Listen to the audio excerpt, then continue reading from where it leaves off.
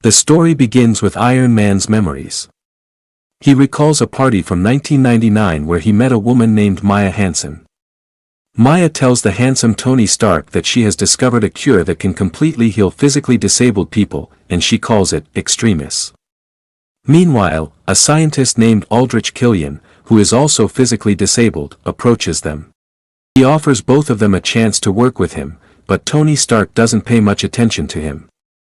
Instead, he dismissively tells Aldrich to wait for him on the roof, saying he'll join him soon. However, Tony ends up flirting with Maya Hansen and never goes to meet Aldrich, leaving him waiting. The story then shifts to the present. In the year 2012, Tony Stark explains that he used to be a different person, but now he has changed. He is seen working on his Iron Man suit, inserting micro-repeaters into his hand so that he can summon his suit at will. When he performs a specific action, the suit automatically fits onto his body. However, he is mentally unstable and suffering from insomnia. He hasn't slept for hours because of the traumatic battle he fought alongside the Avengers against the Chitauri army 7 months ago, which nearly cost him and his allies their lives. These memories haunt him, causing him to have anxiety attacks.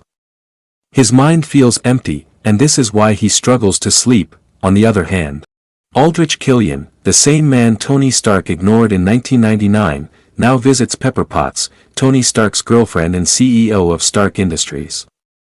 Aldrich and Pepper had previously worked together.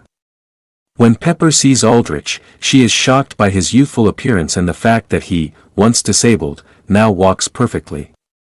Aldrich reveals that he and his team are working on a project called Extremis, which enhances human limbs through neural integration. He demonstrates the project to Pepper and offers her a chance to collaborate. He reminds her that he once made the same offer to Tony Stark 13 years ago, but Tony rejected it. Now, he proposes that Pepper, as the new CEO, work with him. However, Pepper suspects that Aldrich is trying to create super soldiers, something both she and Tony would never support. She declines his offer. Meanwhile, Happy Hogan, Tony Stark's former bodyguard and close friend, is shown tailing one of Aldrich's bodyguards. The man gives a truck driver some kind of drug, which causes his body to turn red before he suddenly explodes. Happy is critically injured in the blast. Before losing consciousness, he sees Aldrich, who was also caught in the explosion but miraculously heals as flames emerge from his body. When Iron Man learns that Happy is in a coma due to a blast orchestrated by a terrorist organization led by a man called the Mandarin, he becomes enraged. In front of the media, he openly threatens the Mandarin, saying, "You are already dead. I'm coming for your body." He even gives out his home address. That night, Maya Hansen, the woman from 1999, visits Tony at his home, where Pepper is also present. Suddenly, Tony's house is attacked with missiles. To save Pepper, Tony makes her wear his Iron Man suit, instructing her to escape with Maya. They get out safely, while Tony summons his suits using advanced technology. However, he falls into the ocean, and his enemies assume he has perished. But Tony survives, though injured, and his suit, now on autopilot, takes him to a remote, freezing location where he eventually loses consciousness. A few days later, a boy named Harley finds Tony. He recognizes him as Iron Man and shows him a newspaper declaring that the world believes Tony Stark is dead. The autopilot had brought Tony to a village where the Mandarin had committed numerous attacks. Tony realizes that the explosions causing havoc are not from conventional bombs but rather from humans enhanced by Extremis, who function as living bombs. When one of Aldrich's enhanced soldiers attacks Tony, he understands the nature of these super soldiers. Tony kills her and incapacitates Aldrich's bodyguard, leading him to discover the location of the Mandarin. Tony infiltrates the Mandarin's hideout without his Iron Man suit, using makeshift weapons crafted from household materials. However, he soon realizes that the Mandarin is not a real terrorist but merely an actor controlled by Aldrich Killian. The entire operation is a facade, with Aldrich as the true mastermind. Tony also learns that Maya Hansen has been working with Aldrich for the past year. Aldrich reveals that he has kidnapped Pepper and injected her with Extremis.